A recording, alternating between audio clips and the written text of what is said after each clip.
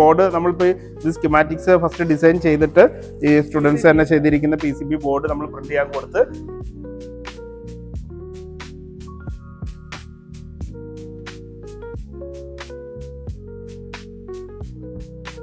ആണെങ്കിൽ അങ്ങനത്തെ controller complaint ആവാനുള്ള ചാൻസ് ഉണ്ട്. അപ്പൊ നമ്മൾ അതിന്റെ സർവീസിങ് കാര്യങ്ങൾ എന്തൊക്കെയാണ് മനസ്സിലാക്കി തരുന്നുണ്ട്. സ്കീമാറ്റിക്സ് പഠിപ്പിക്കുന്നുണ്ട്. എങ്ങനെയാ പ്രോഗ്രാം വരുന്നല്ലേ? സ്റ്റേജിലുള്ള കോമ്പണൻസുകളാണ്. കൺട്രോൾ സ്റ്റേജ് വരുന്നത്, കൺട്രോളർ വരുന്നത്. ഈ വയറുകളൊക്കെ എങ്ങോട്ടാ പോകുന്നത് എന്നുള്ളതിനെ പറ്റി ഒരു സ്റ്റുഡന്റിന് എന്തായാലും ഒരു സംശയം ഉണ്ടാവും. അപ്പം അതൊക്കെ നമ്മൾ കൃത്യമായിട്ട് ഓപ്പൺ ചെയ്ത് ഇതുപോലെ കാണിച്ച് ആണ് പഠിപ്പിക്കുന്നത്.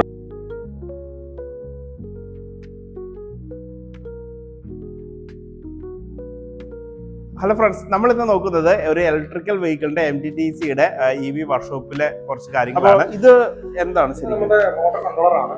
സ്കൂട്ടറിന്റെ ഒക്കെ മോട്ടോർ കൺട്രോളറാണ്. ഇത് വലിയ മോട്ടോർ കൺട്രോളറാണ് ആണോ? അപ്പൊ ഇവിടെ നമുക്ക് 2 ടൈപ്പുള്ള ത്രോട്ടിൽ കാണിച്ചിട്ടുണ്ടല്ലോ. ഇത് പെഡൽ കാറിന്റെ സപ്ലൈ സിഗ്നൽസ് ആണ് ഈ കൺട്രോളറിലേക്കാണ് പോകുന്നത് അല്ലേ?